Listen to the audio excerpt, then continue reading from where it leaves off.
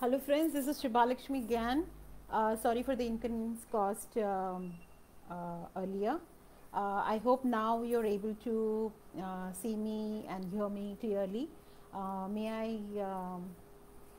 I get anybody to just respond that you're able to see me and hear me clearly? Yeah, anybody whoever has just joined, please let us please respond. If my voice is audible.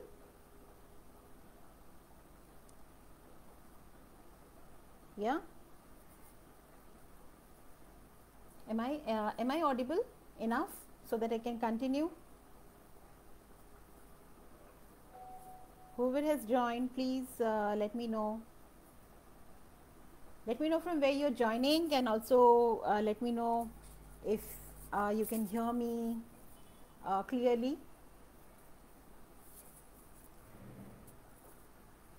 Hello friends, we are starting a virtual shore walk today to Chimbai Beach.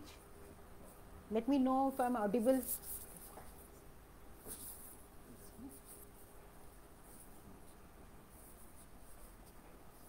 Yeah, let me know if I'm audible, friends.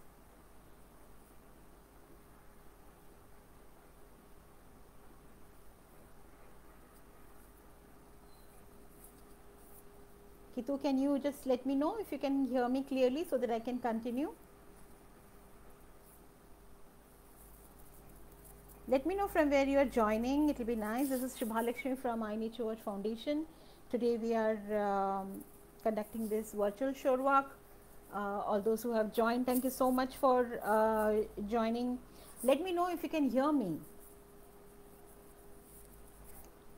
Yes? Can someone just volunteer to let me know if my voice is audible?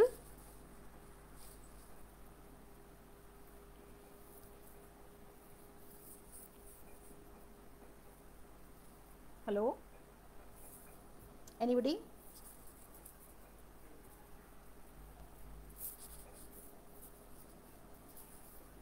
I may need someone to just tell me the voice is audible so that I can continue. Kitu Gidwani, if you're watching, will you let me know whether my voice is clear and whether you're able to see the full screen? Sandhya, can you help me whether the voice is clear so I can continue the talk? Thank you for joining for our virtual shore walk to Chimbai Beach.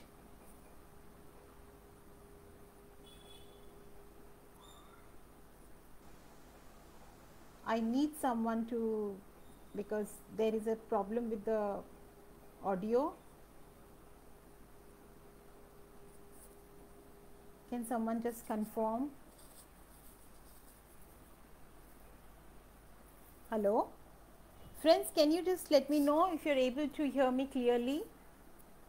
Otherwise, I'll just keep going on and later on it will be that nobody was able to hear me. Are you able to see my messages?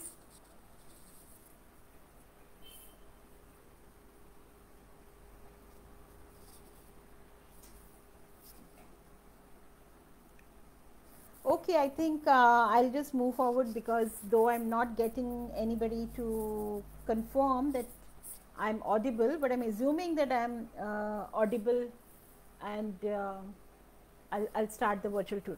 Okay, so today we are at the we are at the Chimbai Beach. Chimbai Beach is a beach in Mumbai. It is in Bandra, and that's where we are doing. There is an ongoing project, and this program, this virtual shore walk is part of our project work of creating awareness. Oh, Sonal, thank you so much for confirming that. Great. So let me go through this presentation, and if you have any questions while I'm continuing with the talk, please write your question in the comment box. I'll be able to see that and respond to you.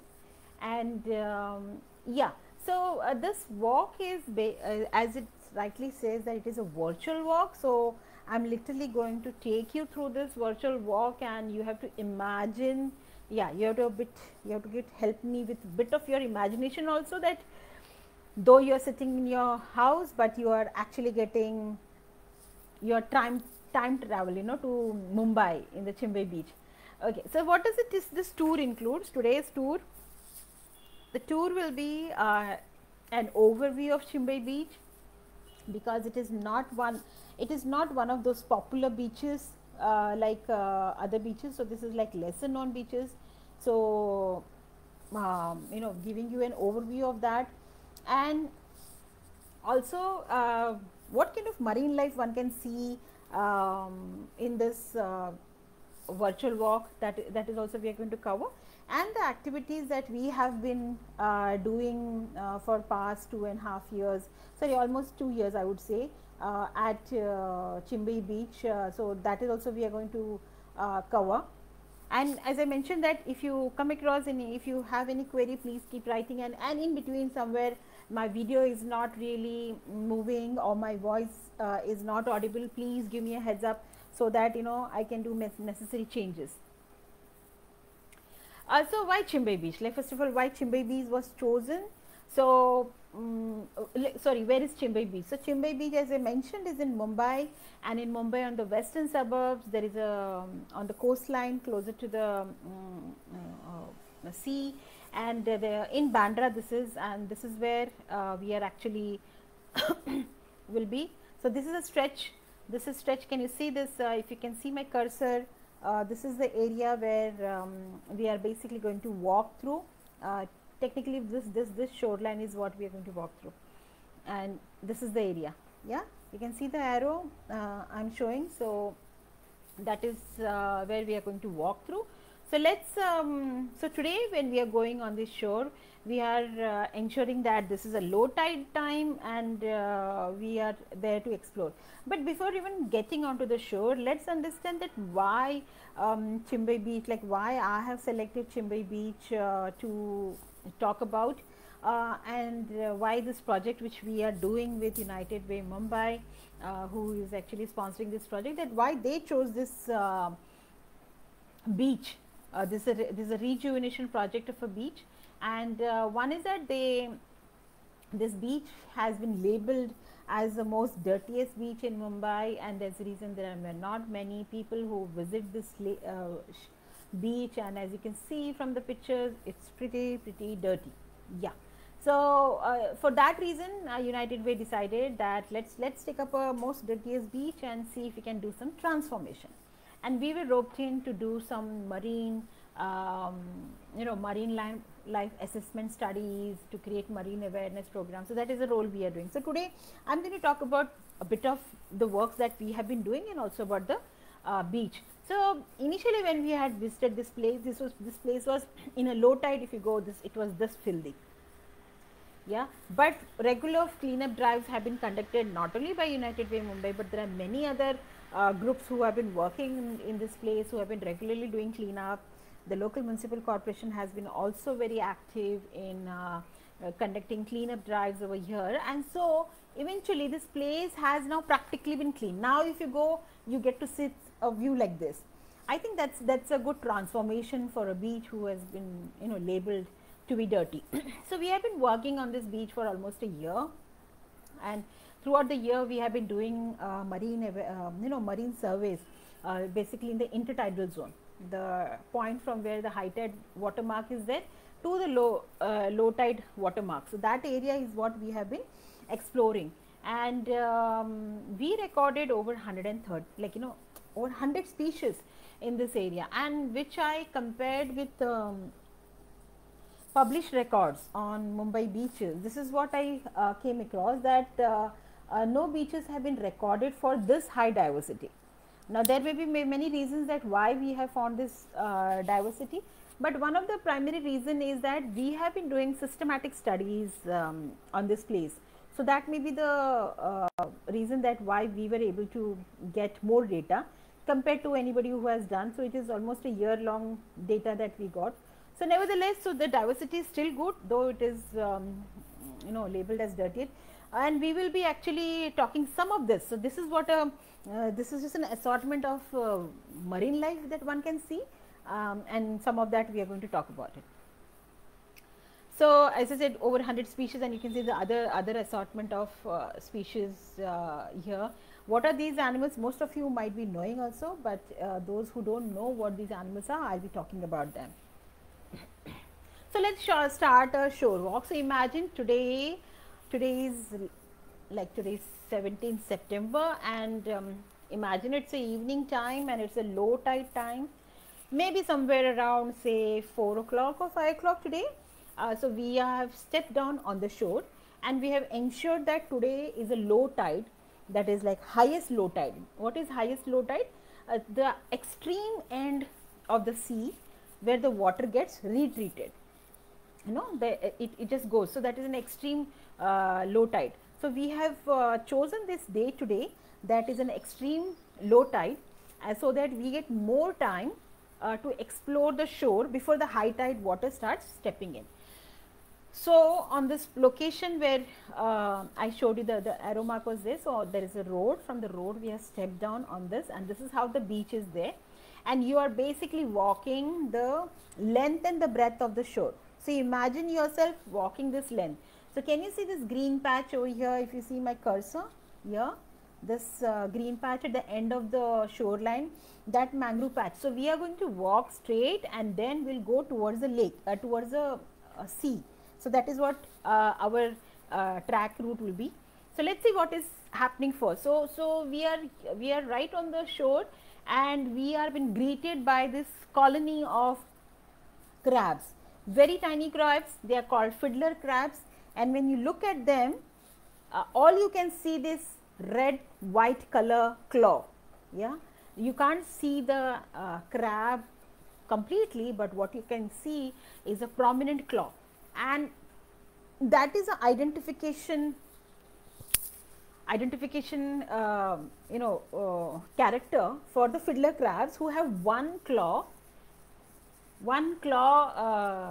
bigger claw it is having. One claw is always bigger. Mostly in males, the claw is always bigger, and they are, the name is fiddler, because fiddler is like the one, the musician who is like the fiddler, who can there's an instrument known as fiddle, and the one who does the fiddler. So, since this crabs have the habit of calling means that they, with the claw, they keep on waving. So, that therefore, they get this name as fiddler crab. I will just give you a close up of this crab. This is how the crab looks. You can see the prominent claw of a red and white color, and this red and white color is basically to attract. So, they attract the females, and also it uses to ward off the males. So, these are very small crabs. They usually stay in the burrows, and they go inside the burrows when the water comes in. So, when the high tide comes in, so what they do, they use a mud plug. They use one mud plug to plug their entrance of the burrow, and that traps some air in it, and that is good enough for 4 to 6 hours when the high tide is still there. And once the high tide has gone, and they actually come out for feeding. Now, how do they feed? So, they basically scoop a large amount of sand into their mouth parts, and in their mouth parts, the mouth parts, and scrape. So, all the small animals which are there in the sand, they get trapped in their mouth, and the sand is actually ejected out from their mouth. And they also do scraping of the so when they take the sand, so what is happening, whatever minute thing is around the sand particle is getting scraped, and that is what they consume. So, it is a really very small amounts of food they get. So, they have to eat a good amount of mud to get good amount of nourishment, and they are actually affected, they get affected by industrial and sewage pollution. So, if you are in a shoreline where you do not get to see much of fiddler crabs, which means that area is suffering from sewage pollution, and that is the reason these crabs are unable to survive. So, that is how, like, these become a bioindicator. And as as we move further from this fiddler crab colony, we are noticing this string like something like a garland on the shore thing. So, what do you think this could be? Any guess? What do you think this could be? You can write your responses in the chat section. I can see that. So, what do you think that this is something like almost like a plastic, or what it is? It is just like a string. It's a long string, and it is just washed on the shore. So, what do you think this could be? Any guess? What does it look like for you? Anyone wants to give a try? It's okay. You can be wrong also. At least you tried. So, you can. As I told you, I need a bit of your imagination in this walk with me, because I want you to imagine things also. So, this is something you are seeing right now. So, what this could be? What is your imagination suggesting? I can give you a clue. One is that it is not plastic. It is not a trash that has got washed away from the water. It is certainly to do with an animal. It is a part of an animal. So, any guess what this could be? I have just given you enough clues. Anybody willing to participate in my short quiz? Yeah. Okay, no problem. So, this is a, I'll just take the, I'll just show you more pictures. So, this is a snail or a shell animal. You can say that is the one who has laid these eggs. Kalpana, good try. Good try, but this is an egg mass of this snail, or it is also called gastropod. Gastropod is a group name, okay, not this particular shell name. So, when the eggs are laid, they are like pinkish in color. Can you see this picture on the top left? That is pinkish color. That pink color means that it is still, the eggs are freshly laid. Once the eggs mature and hatch out, they turn white like this. So, what you see the picture below is eggs which have been hatched out, and here it is still pink, which means that it is still, the babies are still there. Okay. So, it is a snail egg, and the name of this snail is carinate rock shell. That is the name of this, carinate rock shell. Yeah. So, now I forgot to mention one very important part about Chimbai, that you will find sections of rocky as well as sandy. So, it is a mixture of sandy and rocky shoreline. So, you need to be very careful while you are walking on this rocky area. So, here are there are these other people who are regularly who volunteer, and there are many groups who actually come here to do study also. So, here you can see that there are already some people even before we came here. So, they are doing their own. So, marine life, like if you go for any wildlife watching, if you are going in a forest, you are looking in the trees, you are looking up mostly, or at least the ground level. Here in the shore, you have to literally go down, everything is down at your foot level. Wherever you are walking, that is a level where you will find things. So, actually observing marine biodiversity is more tedious, because you have to constantly bend. You can't, nothing is at your eye level. So, it makes more strenuous activity. Now, since we are passing through this rocky patch, I would request you not to take care, because you need to have a proper footwear to be on this rocky patch, and all the rocks are loose. So, please balance yourself, because the rocks are slippery also in some places. So, if you slip, where we are going to fall, we are just going to fall just right on other stones. So, please take care as we tread upon this rocky patch. Okay, so what do we find here? There is this blue color patch is on the rock, I can see, and this blue color patch appears to be like, it looks like a beautiful, it's called blue button, as the name rightly suggests. So, blue buttons are the animals who, it's not a one animal, okay, it is not a one animal, it is a community of animals, like many animals put together. That is what it is related to the, what you say, it is related to the to animals like jellyfishes. So they are free floating. Free floating means they are not attached to any rock or shell or anything. They flow and they come with the high tide. So when the high tide recedes, they get stranded like this, and you know, that's when we have sighted it sitting on.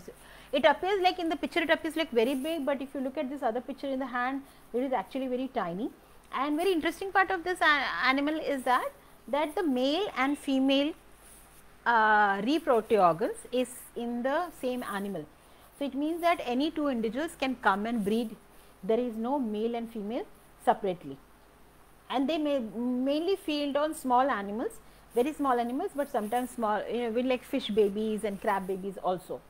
And they don't sting, like as I said, they are related to jellyfish, but they don't sting and or anything. But yes, if they do, one can get you know, irritation on the skin, that's it. So it is not really dangerous. And what does this indicate? So if we have seen this blue button here, so it is saying that the water temperature has increased. It is getting warmer, the water is getting warmer, and the salinity has reduced.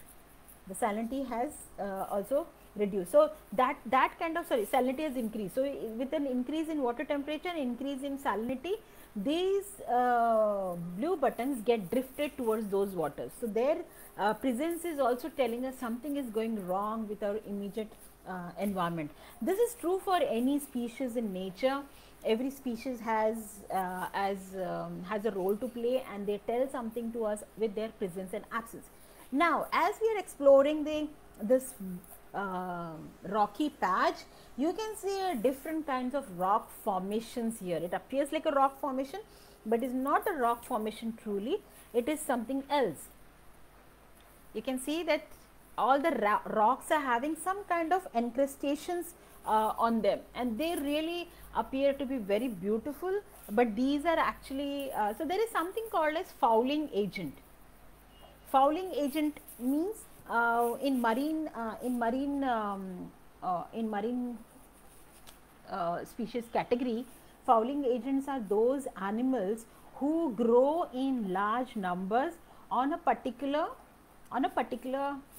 maybe substrate, or maybe any surface, and can actually cause destruction to that particular surface. So if you can imagine that this is called striped acorn barnacle. So if barnacles start growing on ship hulls or on tankers which are there along the, you know, coastline, or any or boats, so what they are going to do, they are going to erode that particular surface, and that cause major damages. So there are many other animals that come under this category called fouling animals, you know, fouling organism. You can actually Google online to find out what it is. A very interesting thing. So this is one of the fouling organism, and so it's an indicator of it. If you see barnacles in a particular shoreline, what does it say? It is telling that that area is actually a sheltered area. It is not having too much of wave action. So if you remember the map which I had shown you about Chimbai, it was like a C shape. The shoreline is like almost like C shape, so it is like a curve. So it is more sheltered. So that's one. Secondly, this barnacle is also seen in salinity, which is reduced salinity. So because for marine life, salt plays a very important role, because most of the animals, actually the salt stabilizes within the body with the salt which is outside the body. So if there is any, suppose if the salt of the water reduces, so the salt from the animal body will start getting out of, like getting into, like almost transpired into the water. So that is not good for the animals can die. So the water equilibrium, maintaining that balance is very important in terms of salt. So these can, if there is any variation in the salinity level, say the salinity is reducing because there is some fresh water getting added to it, barnacles may not get affected with the reduced salinity. And but one very interesting point which I would like to tell you about barnacles, which actually I explored and I was really fascinated. So you look at this button like this is like a this is entirely is a shell. So it is a shelled animal. So when you look at this, this is like a shell, and you can have, if you see closely, some are having like a closed, some entrances are closed. This is like a diamond shaped entrance. So some entrances are closed, some entrances are open. So when since they are fixed to a rock, so they are not moving away, they are not going anywhere. So when the high tide comes, so obviously they are underwater. So when it is underwater, they actually just close the door of the entrance. Sorry, it is opposite. When they are when they are underwater, that's the time they can feed. So they do the feeding, and when the water is receded, just to protect the animal which is staying inside the shell, there is this lid kind of thing that just closes it, so that the animal doesn't get, it doesn't get dehydrated in the low tide when it is completely exposed to the sun. But very important part of this animal is what, like the juvenile of this, how barnacles are actually formed.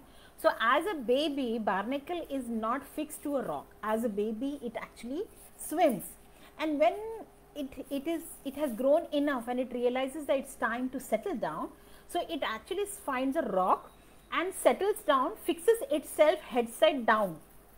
So the head is down and it just fixes itself head side down, and then starts secreting this calcium, which forms this cases around it. So this enclosure, they create this calcium enclosure for themselves around, and they stay inside. So how does the barnacle feed then? If the head is down, how is it the barnacle feeding? This animal feeds with help of legs. Isn't it amazing? Because the legs are having tentacles kind of structures, which actually come out of the entrance when the high tide is there, capture tiny animals in that, and that's how the food is taken inside.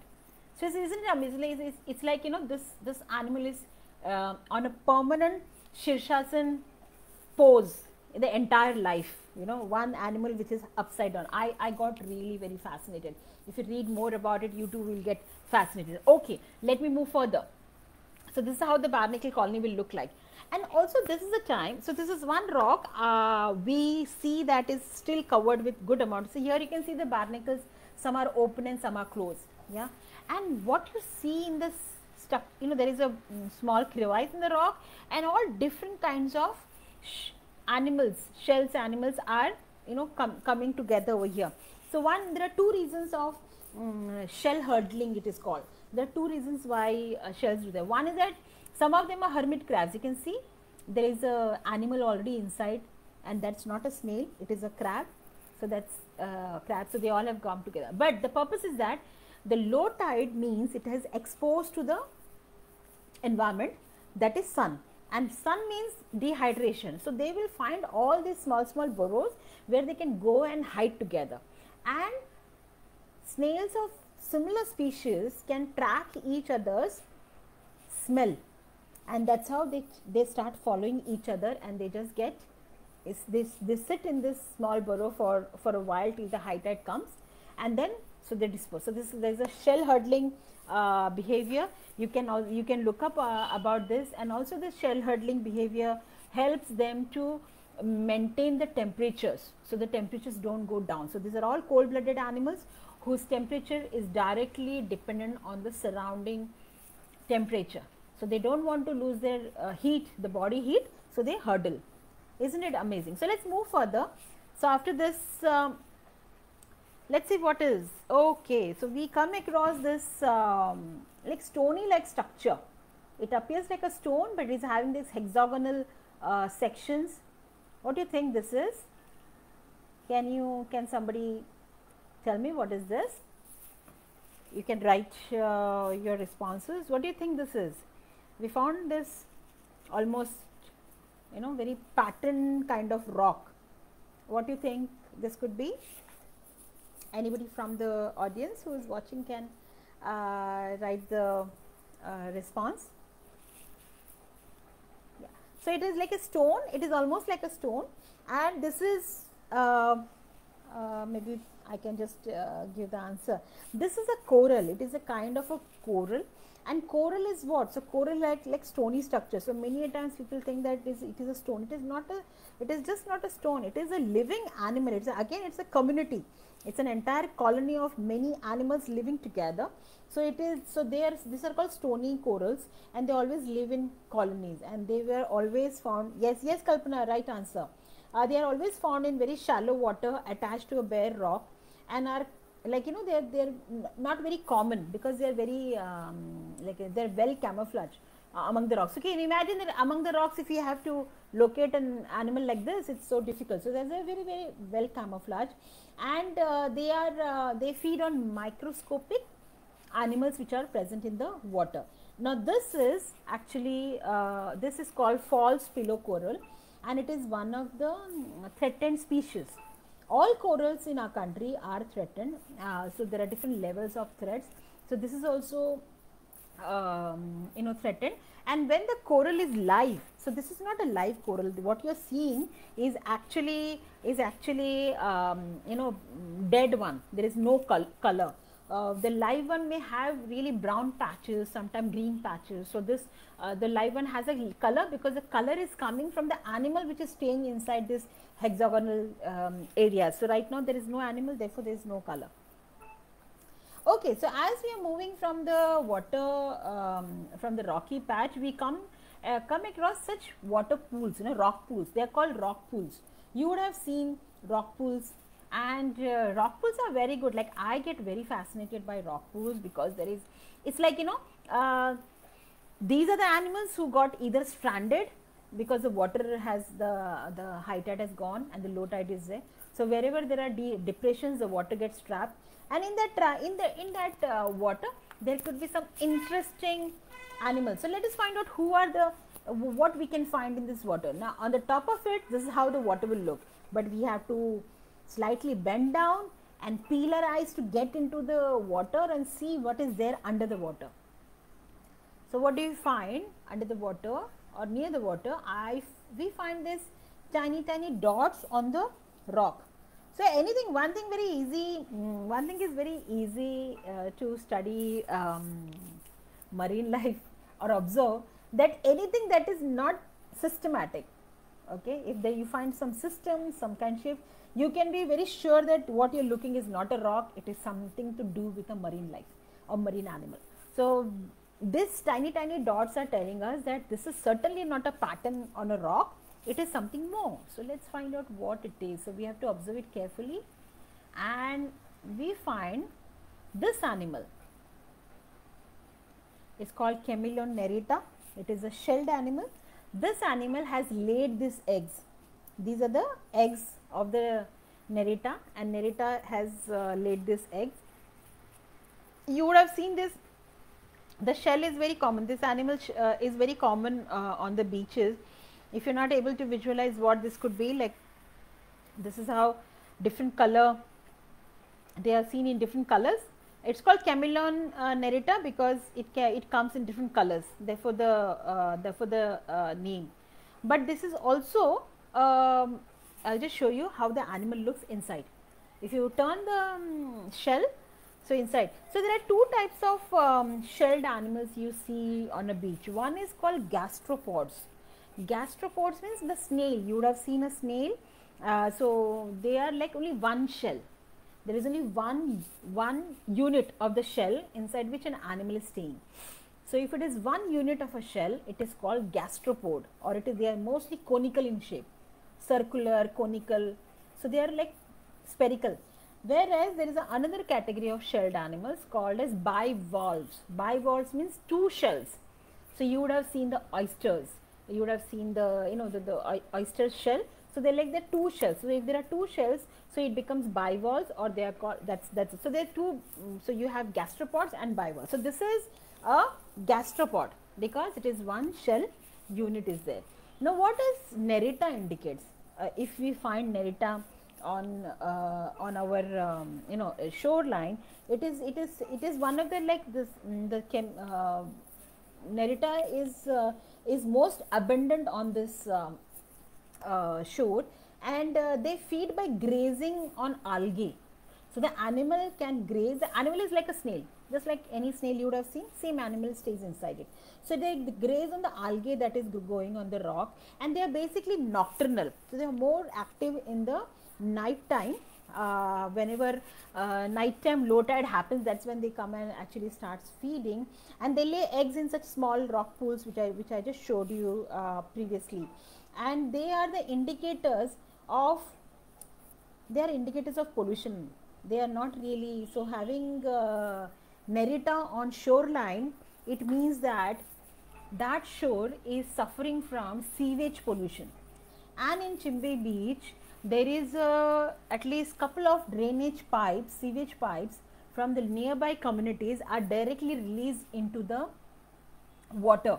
There is no pipe that is taking it very far deep into the sea. It is just on the shoreline itself the water is been released, and that is why.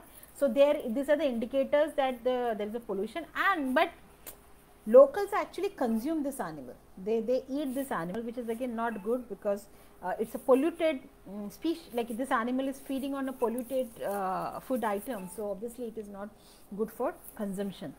Anyways, you can't really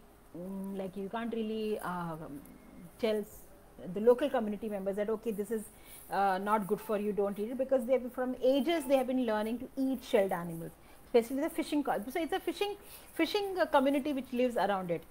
There is this, okay, we see this another shell besides Nerita. This is the turtle cone. Yeah, it looks very pretty. What is this picture in the center that I am showing you now? Any guess? By now you know that what I have been showing you, so it might be very easy.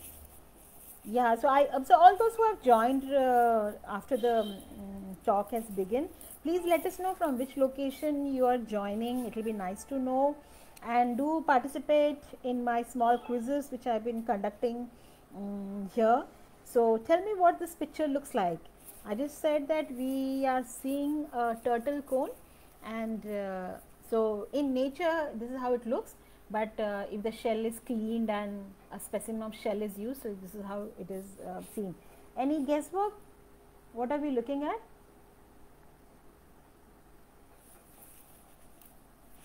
What is the center thing? It's a beautiful piece of art, I would say. Okay, so that's an egg mass laid by the turtle cone. Now the shell looks really pretty, and what do you think this shell is? Is it a bivalve or is it a gastropod? Guys, you have to answer at least one question of mine. Yeah, can I have some answers so that I can take a break from constantly speaking here? Is it a gastropod or is it a bivalve?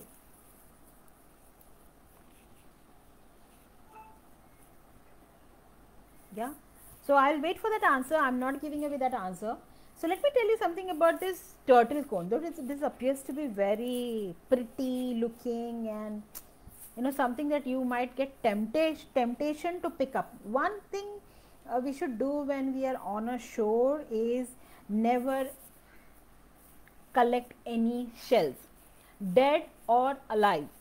If you don't collect, what will happen? There will be no accidents if you collect a live one, especially a shell of this category. If you happen to collect the live one, it could be dangerous, because this is having like it has a venom in its body, which it can inject through sharp like a syringe kind of part is there in this animal. It is like a harpoon. The harpoon can actually inject venom directly into the skin, which could be fatal, and that it uses that venom for killing or paralyzing its prey. It is like as I said, it's like a needle, and the venom is passed through it. But the very interesting part is that this needle is getting replaced after every use.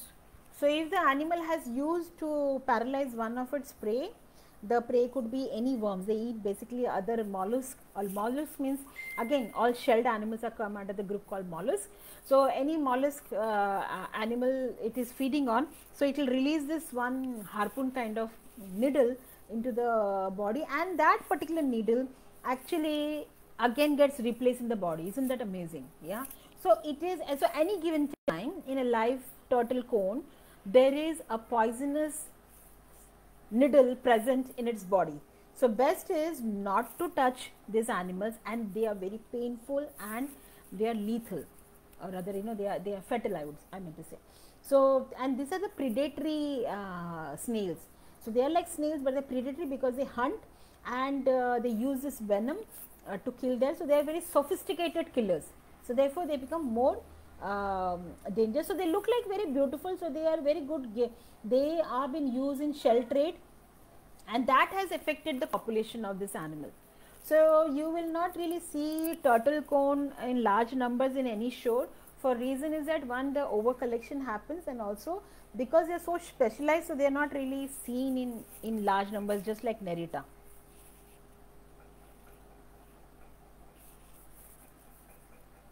Okay. Now we are coming to this another category. So here we are still in the rocky patch of Chimbai Beach, and these are the animals which we get to see in the rocky patch beaches. So now you are seeing a shelled animal which is having two shells.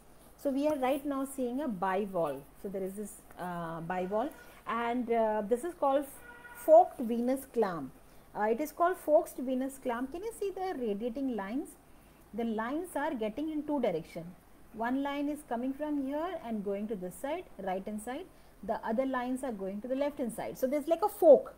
So there's a fork of this lines, and that's why the name has Venus clam. And this is actually a common shell we see on this shore, and there are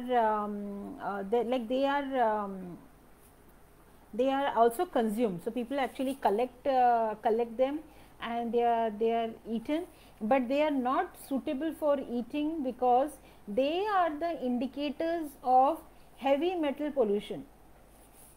Yeah, so if these animals are seen on a shoreline, it means that there is a heavy metal pollution. The heavy metal pollution, like oil, you know, oil spills happen. So these animals can sustain that kind of pollution. So it is, and all mollusk animals, mostly the gastropods or the bivalves, they have a tendency, because they all are bottom feed, like they graze the bottom, and some bivalves are fixed to the rock permanently.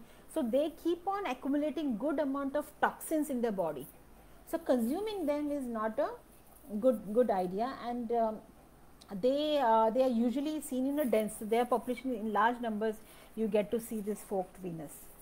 Great, I think we are able to see good number of shelled animals. So let's see what next. Okay, enough of shelled animals. Now we will look into something else. So what you can see in this picture?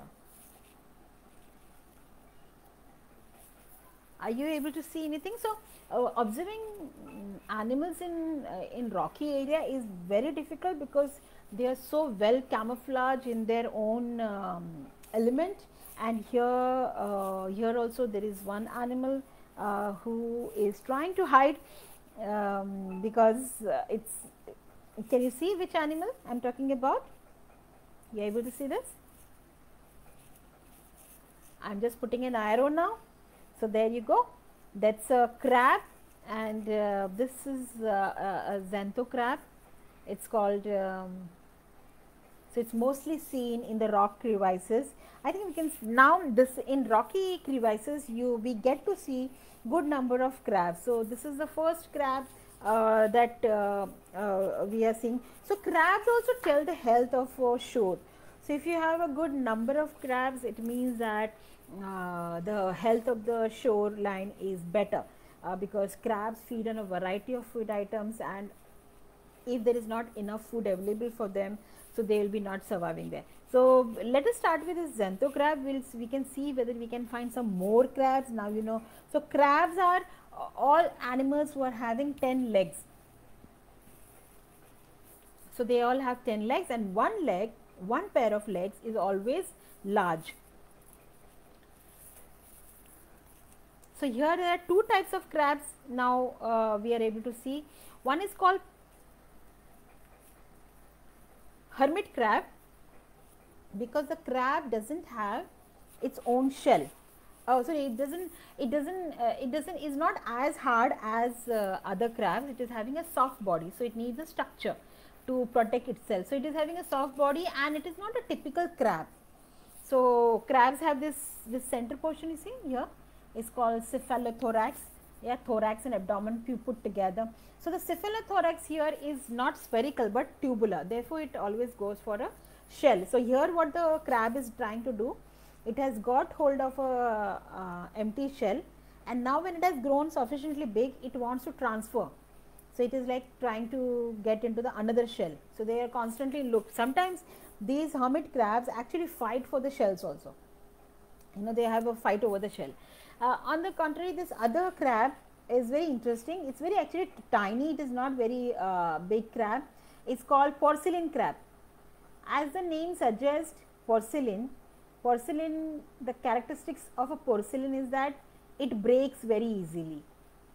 So that's a feature of this crab also, that it is you know, the body is very fragile, and also fragile in the sense, when it is stressed, if somebody is trying to catch the animal with its leg, the leg will break off, and the lost leg is regrown. So that's really amazing characteristic of this animal.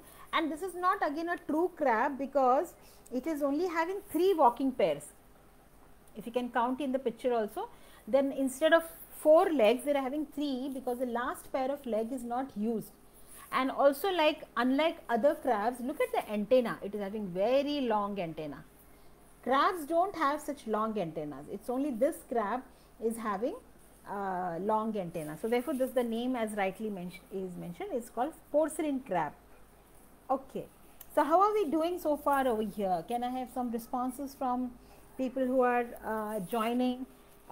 Please, if you are going to leave the call, please do write something and then leave, so we know that you are here with us, and do let us know from where you are joining. Yeah, thank you. And this is we are seeing the another crab over here. It's called stone crab, and that's an interesting crab. I would call this crab like a forceps crab. Forceps. I'll tell you why I'm saying the forceps. If you look at this crab closely, one claw is like curved and having like tooth. You can see the tooth ridges. There are ridges on the lower side, and the other one is not having it. Look at here. It is curved, okay, like a cut, like a cracker, and one is this. Sorry. And one is the straight one. The other one is having straight like a forceps. So what this animal does, the crab, actually it holds the snails and cracks it with this claw, the one which is a big one, and this ridges help the snail to be wedged properly for cracking, and then this forceps like claw actually scoops the animal out. So isn't that very interesting? So it's like a snail cracker cracking crab. That's very interesting. Okay, so we are getting to see lots of crabs over here. So that, which means that the health of this shore is either improving or has been good, whatever. So because nobody has really observed so much of marine life over here, because it was always considered to be dirty. So there is this another crab which is very delicate, and they are always seen on the rocks. If you have seen during the high tide, if you find there are big rocks, and on the rocks sides you will always find this crab clinging very tightly. So it is having spiny leg points, spiny legs, which can help it to give a good grip. So it is a fast runner on rocks. So if in case of danger, they can easily climb the rocks and run on the rocks, even slippery rocks, and they are very flattish. So it is very easy to hide from the predators like birds. So during the high tide, during the low tide, that is where they are more vulnerable. So now they are hiding on the rock side. They will never expose themselves.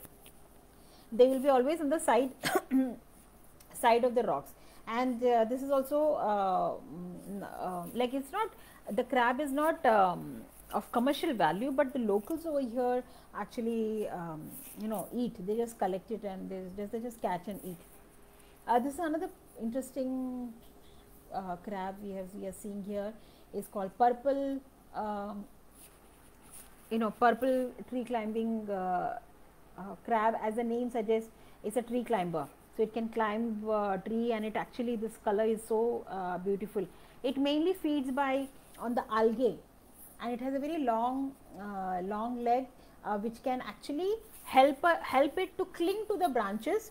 Even in the high tide, if the wave action is there, it can hold itself to the trees, and it is mostly active in the night time. The daytime, it's not very easy to see them, but it's only night time they are seen, and they are mostly seen near the trees. So here on the on Chimbai beach, we just don't have enough trees, especially mangroves. There is only one patch. We will be eventually going there.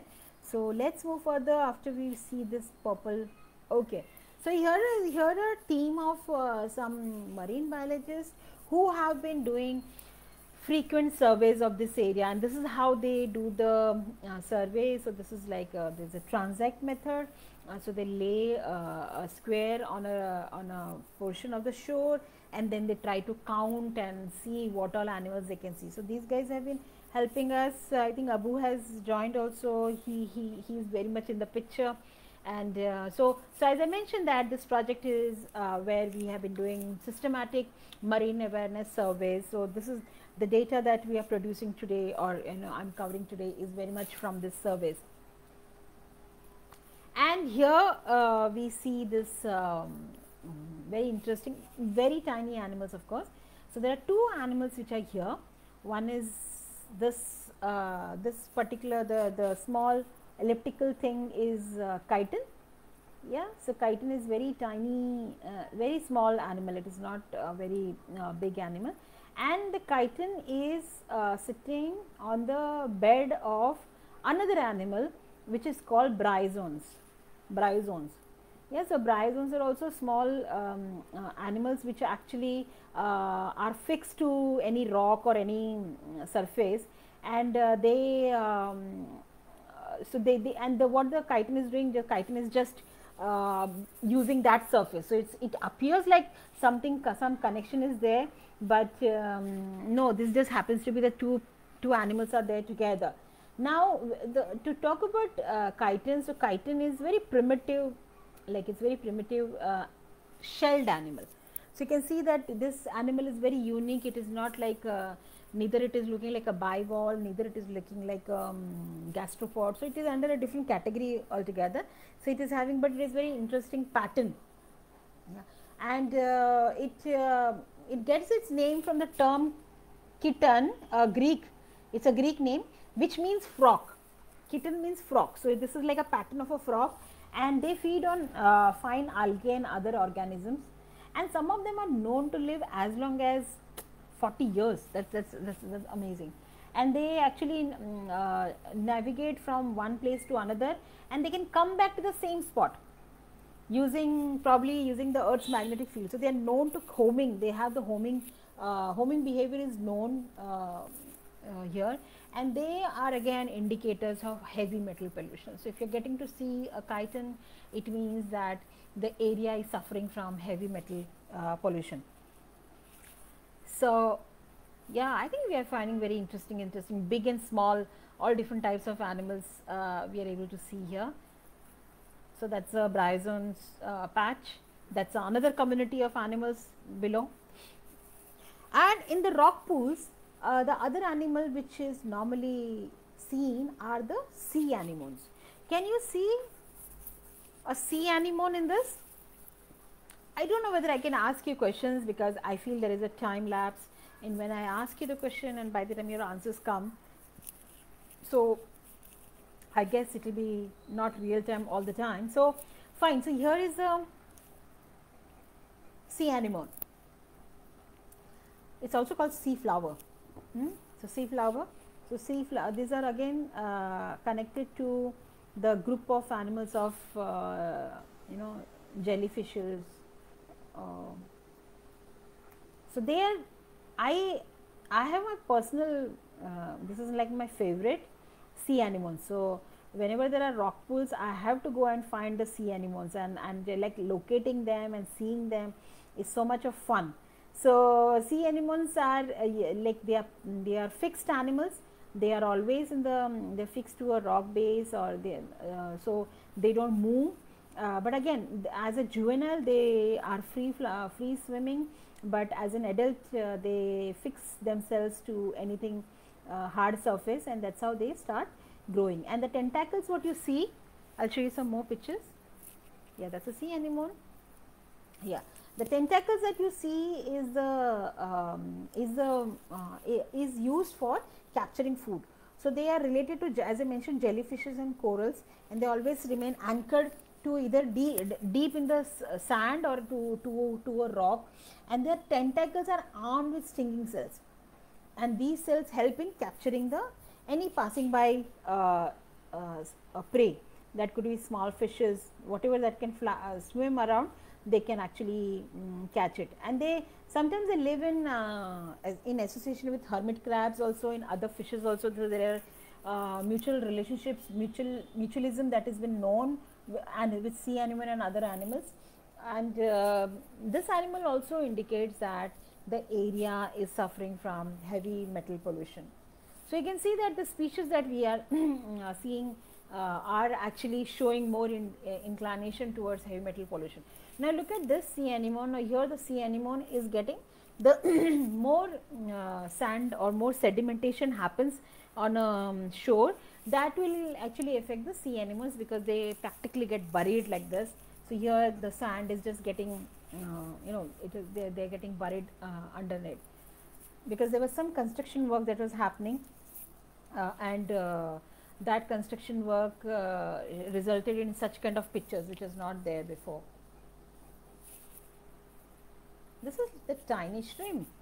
You would be knowing. So non-vegetarian people who eat prawns, so shrimp is a smaller smaller version. And there is another closely relative. So you also so then the shrimps are also seen in the rock pools. And what else? What else beside the shrimp? What is there we can see? So there is something called as a snapping shrimp or pistol shrimp also. Why? Because they have this the more appropriate name is snapping shrimp, because they create a sound with this. You can see this one leg is large. It is it's like abnormally large, so that it makes a sound. It makes sound, tick tick sounds can be heard if you can hear them clearly. So therefore they say it is one shrimp that is heard first and then seen. It is heard first and then seen. So it's and it makes a sound, and they're mostly active in the night time. And that sound production is used to stun the prey, like tiny fishes or shelled animals. So they try to use the sound to just to as a surprise, to surprise their prey and then attack them. They also use that sound to protect themselves from other predators. And interestingly, there have been studies done to show that the sound of the sound production actually changes with environmental conditions being changed in the shore. So if somebody is studying the pistol shrimp and the sound variations are being noticed, it means something is wrong with the environment. So these are also indicator species. Yeah.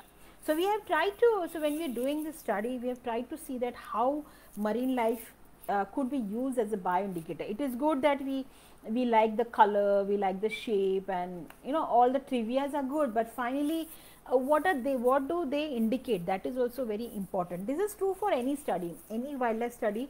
It's more that what that species is trying to tell us is what we can be more be mindful of. Now we have been seeing lots of animals, but here is the first plant we are seeing. Okay, it's a plant which is called sea lettuce.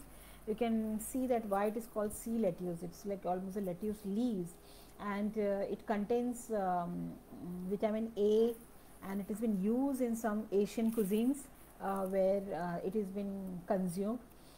So it is mostly abundant where there is chemical pollution. So if the chemical pollution is there, sea lettuce are seen in large numbers. So having a sea lettuce is again not a sign that things are great on the shoreline. It is a sign that there is a chemical pollution happening, and that's where this weed, this sea lettuce is thriving.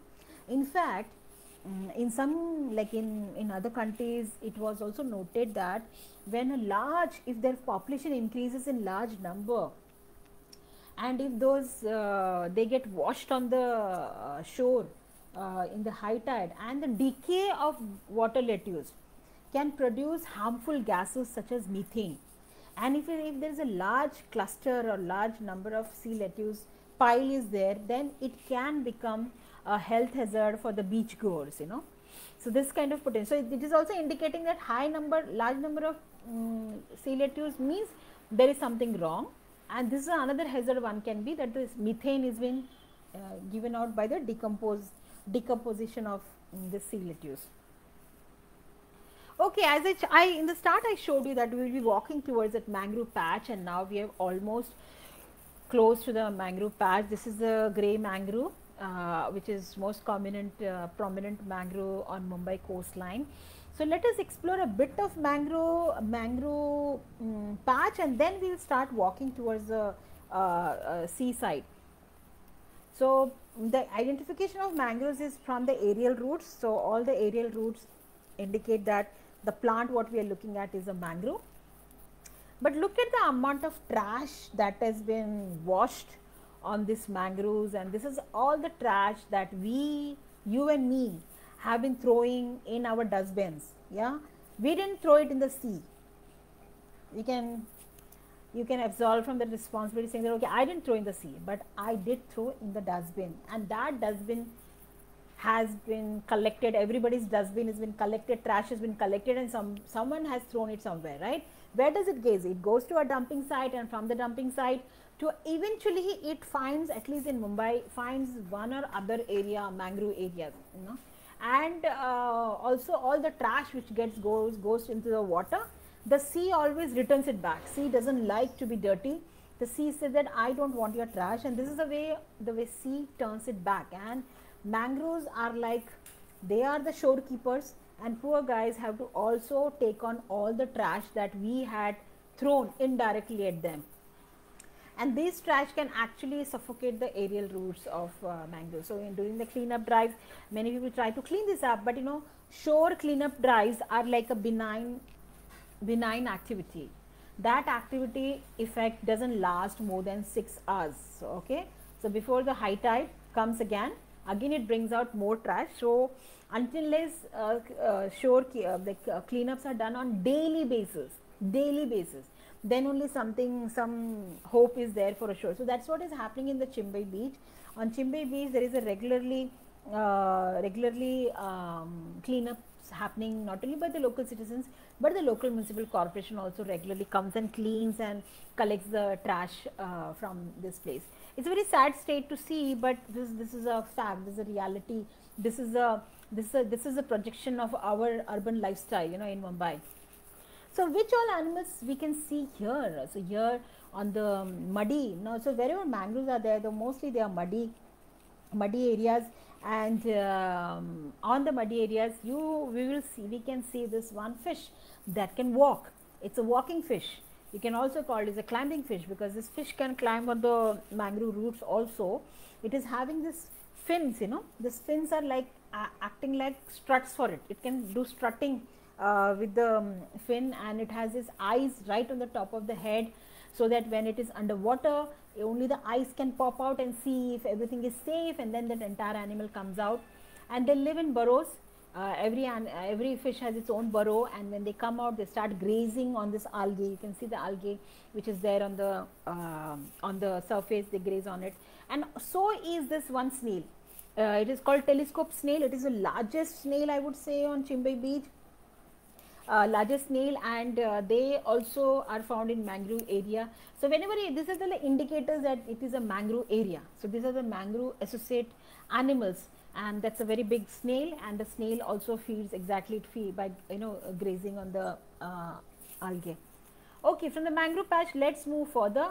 So there is already, this is of course previous the lockdown period when we used to conduct the walks for general public about creating awareness, which we are doing right now virtually.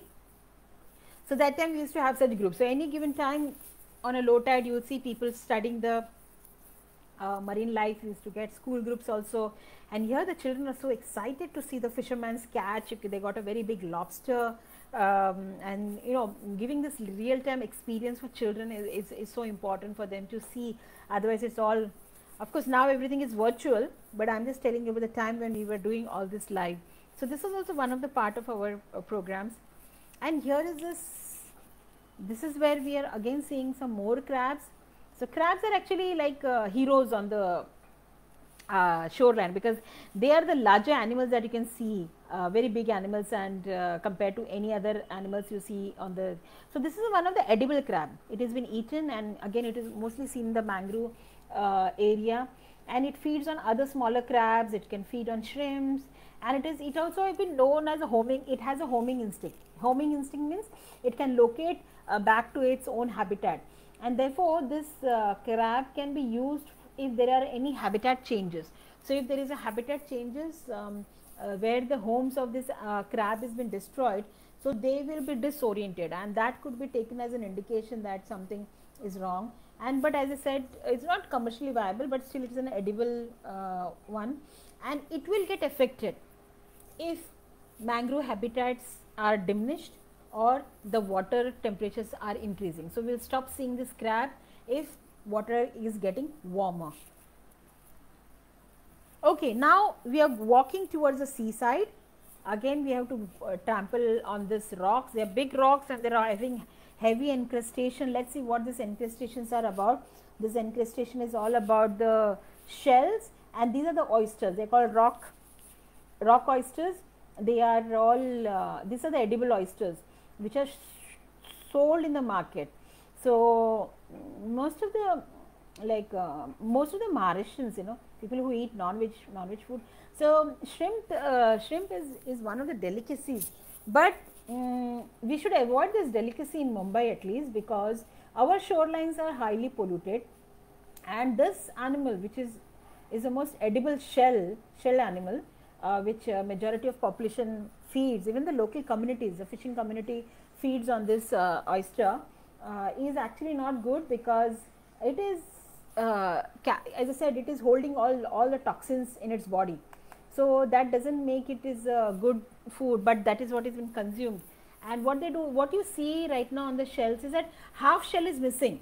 I told you that this comes under the this is a bivalve, so there should be two shells, but the top shell is missing because the fishermen have extracted the animal.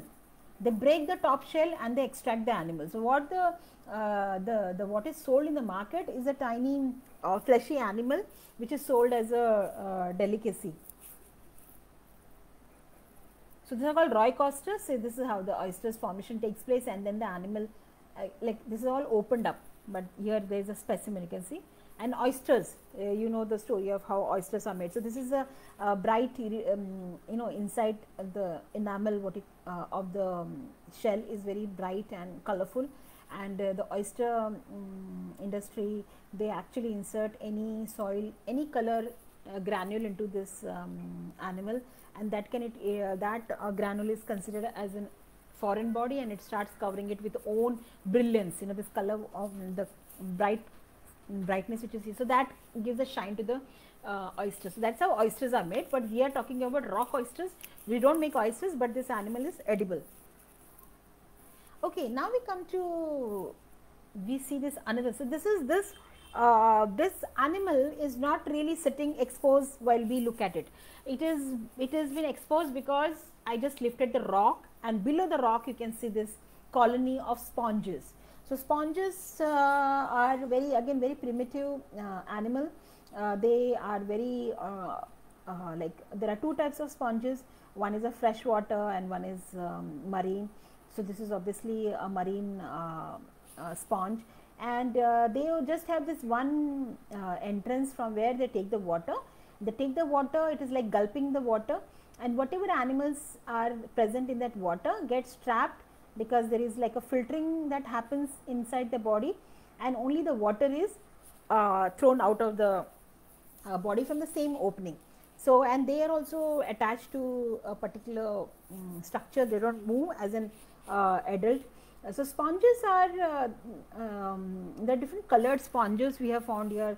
There is a white color sponge, pink color sponge, colors, there are different colors are there, and these sponges, if you do not get to see a sponge on a shore, it means that there could be an oil pollution happening. So, they get really affected by oil pollution. If oil, they can't tolerate oil pollution, and that is the reason one, like they won't be seen. So we have been, we are noticing some sponges, not in great numbers, but there is some sponges. Now this is a iridescent fireworm which has been used by the locals. They actually harvest this animal, it looks like a tiny worm. They harvest this for angling business, like as a fish feed. They use it for the fish feed, as a fish feed also it is sold in the market, and also people who are into angling, so they need a bait for the fish, so this is used as a bait. So this animal is being collected for that. But what is this animal? It's a kind of a worm, just like a worm that is related to like earthworm, you know, that kind of worm. This indicates sewage pollution. So this animal thrives very well if there is a sewage pollution. In Chimbai, the sewage pollution is very rampant. I told you that not only the drain pipes are also released in the shore, also there is open defecation problem. People, so that is another problem this place is having. And sometimes we may get some very surprise visitor like this. What do you think this is? Can I have some questions, some answers now? What does this look like?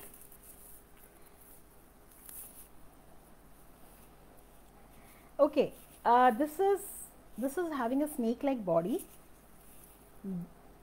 It appears like a snake, but it is actually a fish.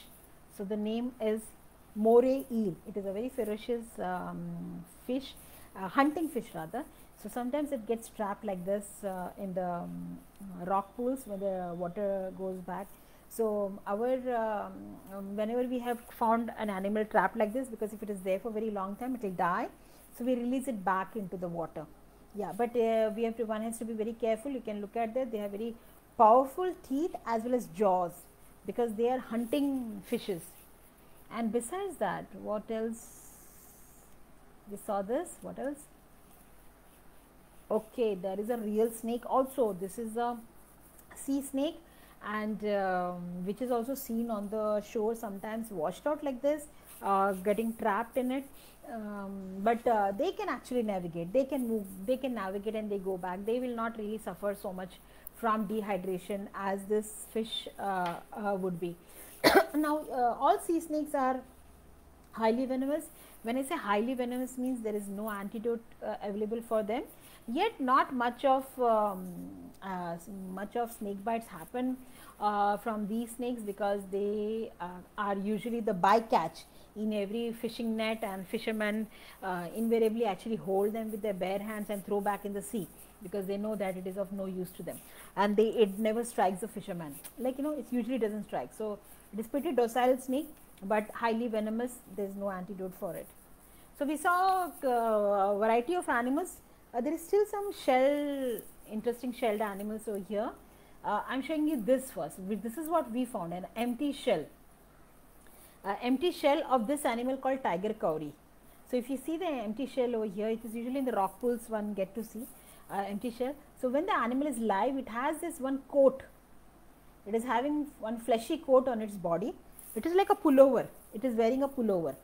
So that pullover it always wears when it is live, and that's how it helps it to, because they're all sensory organs. You can see this all sensory tentacles kind of, so they help the animals to navigate better. And also this, and the animal is actually inside the shell, inside the shell the animal is there. and in case of a danger, they actually retract this entire pullover inside the body, and the shell is there. The shell gives a protection to the animal. So tiger cowrie is a sort of mostly collected shell on a seashore, because it looks very unique. Again, it is one unit shell, it is a gastropod, and if people remember, if the audience over here, maybe your grandparents or your parents would have told that in the olden time, tiger cowrie, or cowries for that matter, were used as a currency. It was used as a currency, and people were like, so that was a money. But nowadays, or rather in recent times, they have been mostly used as in shell craft, and that is actually alarming. The animals population levels are going down because of the over collection, and it is not so far like, is it, because of this collection part of it, in many countries it is listed as an endangered species. It is not an endangered species, but it does get affected by habitat changes. So having a tiger cowrie on a shore is again a good indicator, because one, it is not seen in large number. One, it is an indicator that the environment is still okay, it hasn't deteriorated very bad. So we see this fishing, the local people fishing, and they are collecting some fishes. So let's see what kind of fishes they have found. So these are the fishes they catch. Now this fishermen, the local community, they basically in the intertidal zone, this fish is what they capture. Some fishes get stranded. So they this fish they usually use for food, not for selling purpose. So they so they, because there are very small quantities they get, but they just use it. So here is this are reef fishes which they are consumed, and this top one is the Indian sand whiting. It is a highly prized fish in coastal Maharashtra. It can grow as long as 16 centimeter long, and they have very interesting behavior. When they get alarmed, if there is a danger, they can bury themselves in the sand, and they are known to migrate from fresh water to sea.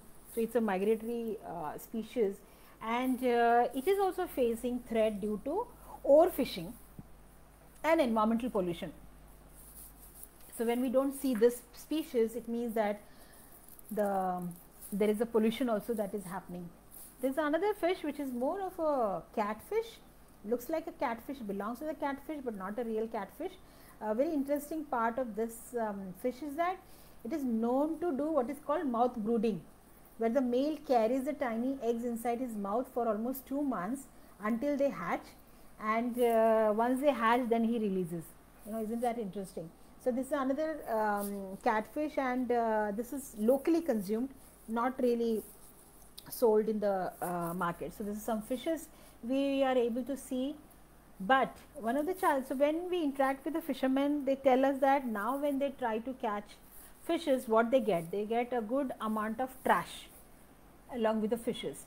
Animals get trapped in this is like nets which are thrown in the water by other fishermen. So that entangles the animals get entangled. About the turtle story, where the turtle got entangled in such nets and they die. So all this kind of problems are there, and then the fisherman has to really sort from the fish from the trash. It is not trash from the fish, but it is from the fish from the trash, because the quantity of trash is much higher than actual food. So the amount of garbage that has been thrown in our seas today is going to hamper our food security in future.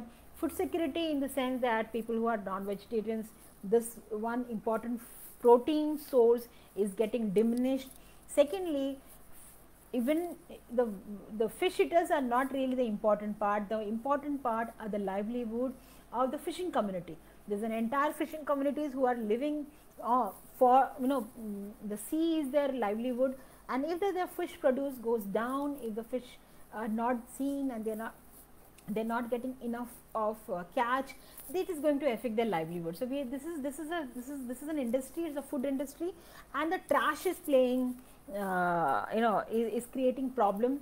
So we as an individuals, we need to at least ensure that whatever trash goes out of our homes is limited. Not too much of trash is going out. At least you can cut down the trash that goes out. At the most, you can, of course, you can recycle a good amount, but still, once you can't recycle, at least see that it is very little amount that is going out. So Ganesh immersions are very common in this site, and this Ganesh idol is probably from the last year. It is not for current year. You can see the other animals have started growing on it. So these are all non-biodegradable waste that goes into the sea, that doesn't disintegrate and remains there, and the marine life thinks that is one of the rock and they start growing it. So whatever chemical is being used in the color or in the structure is absorbed by the animal. So all this, we are actually polluting our plate, our food plate. We are actually polluting ourselves through our acts. As you can see that we are going towards the seaside, and we are nearing it, and there are these sandy patches. Now sandy patches also actually come up with some interesting life form. Let us find out if we can find some interesting life form here. Oh yeah, so this is this worm. This is like a tube of trash. You can see jetting out of the sand. It's basically an animal staying inside. It is called decorator worm because it takes all the sea trash to make a tube, and it stays inside. It remains hidden during the high tide and comes out in the low tide to graze. It can actually feed also, or rather it can also be underground, and only the mouth parts come out in the high tide, and they try to capture all the food. So there is this decorator worm. Decorator worm is again an indicator of pollution, and having more decorator worms is also a sign that the habitat is, and you can see the amount of trash which is already lying over there. Since we are talking about the worms, there is also a flat worm, which is usually seen either a mixed habitat, you can say rocky and sandy area. So that this is called flatworm. Flatworm is like a snail who has lost his shell, as simple as that. So it is just flattish, and they are carnivores. They hunt and they eat on other small snails, and they get affected by heavy metal pollution. So they are the indicators. As long as you are able to find them, it means that things are okay. But if not, then it indicates that heavy metal pollution is affecting their population.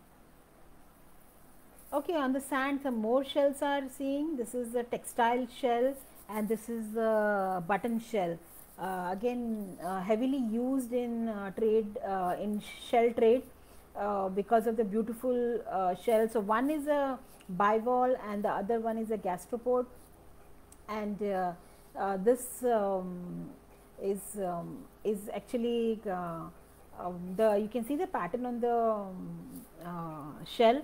Therefore the name is textile clam. It is called textile clam, and the presence of this shell is an indicator of microplastic pollution. That is what it indicates. It feeds on microscopic animals in the water, and it is usually prefers sandy bottoms, or sometimes it is attached to the rock also. And this button though they appear very pretty, and I think I remember as a child when I was on beaches, I used to collect this shells because they look very decorative. Yes, so shell collection is considered as a hobby, but I think nowadays it is said that it's best to avoid, because you never know whether you are collecting a live animal or a dead one. In any case, it is part of the marine ecosystem. Let us leave it there. And they are also the indicators of heavy metal pollution. So we found a good number of shelled animals are actually indicators of heavy metal pollution. And this is a beautiful shell, almost like it's called Adjusta murex. Yeah, it is also called a burnt murex because it appears like it is burnt, but that's a natural color. It is a predatory sea snail, and the structure is really beautiful, and it is usually well camouflaged, found on boulders and rocks. It feeds by drilling through the shells of other clams. So it can actually drill holes into other animals and suck up the animals, and it breeds in a group, and the egg capsules are usually attached to the hard surfaces. Some are collected for the food, and its shell is used for shell craft. In some places, the populations have been greatly reduced due to over collection because of the pretty. If you Google murex shells, you see the they are sold online also for collectors because it looks so beautiful. And then this is probably another beautiful shell that is seen on this beach, Babylon, spiral Babylon. Now spiral Babylon as again a decorative, used as a decorative item for in the shell industry, and it is if this has a potential to be grown in aquaculture. Say if the shell industry, shell trade industry wants to thrive on this animal, so rather than collecting it right from the shore, it can be grown in aquaculture, and so that potential has been already tested for this species because the shells can be very large, and so there is an industry or opportunity for local livelihoods for growing this shell in the for commercial purpose. It is also used as a food. The locals actually collect, eat the food, and the meat is considered to be high in protein content. So it predates on other shelled animals. So this is a feeding on other shelled animals, and it is pretty large shell, almost 6 centimeter wide. Okay, so we are almost an end to the seashore, and this is where we had done wherever we found the sandy patches, we have been doing what is called the microplastic surveys, where we have been collecting sand samples and assessing them under microscope to see how many microscopic plastic particles are seen. Over the time when we started doing this survey, since 1 year, we found that initially we were getting around 700 plus particles in 1 liter of the sand. The sand is put into a treated by in 1 liter water, and then the particles are filtered and all that. So so the measure is given like that, and it has come down to less than 100 in 1 year's time. Now it is too early for us to tell whether things are changing at Chimbay Beach or something happened, but we need to repeat 1 more year to get this kind of information. Then we will be able to tell whether the constant cleanup which is happening on the Chimbay Beach is helping the Chimbay Beach by as the microplastic content is going down. And here we are. Now we are very close to the sea. We have reached the sea, and you can see the high tide is coming back. And I think we started around roughly around 7:15 or 30. It is almost 2 hours. Yeah, so 2 hours is a good time for a shore walk, because within 2 hours the high tide starts actually coming in, and so it also indicates that it is time that this is like now you can't go any further because the intertidal zone has ended. This is the extreme end of the intertidal zone, and the fishing boats, these fishing boats are usually parked on the shore in the low tide, and the moment the water starts coming up, they are actually they are floating then. And so that's the time when the fishermen actually start going for fishing. The entire community, you can see the small hutment colony along this area are all the small fishing community who are staying, so they rely heavily on this beach for their livelihood. And it's time for us to return back, and we actually walk towards a sea, and we are not walking back again that rocky patch. There is a jetty which is there present, so we are going to walk back on this jetty and go. So it will be much faster. The return journey is going to be much faster. So there we are returning. So say we started around 5 o'clock the shore walk with a low tide of 4 o'clock. So it is 6 o'clock now in the evening. So it's time. The sun is about to set. Yeah, so that marks the end of our virtual tour over here. And this virtual tour is part of our project which we are doing with United Way, and we are creating awareness about Chimbai Beach through our programs. If anybody, any group, maybe a housing society, maybe a school, maybe a college, any group who is interested in having such virtual tour to be organized for their group, we will be happy to do, and this is absolutely free. There is no fee attached to it. So you can actually contact us on these numbers that you are interested in having one virtual tour to Chimbai. Yes, we are only focusing on Chimbai because that's our project site, and also we want to popularize Chimbai. That's the reason we are actually promoting it. So do contact us if you want to, if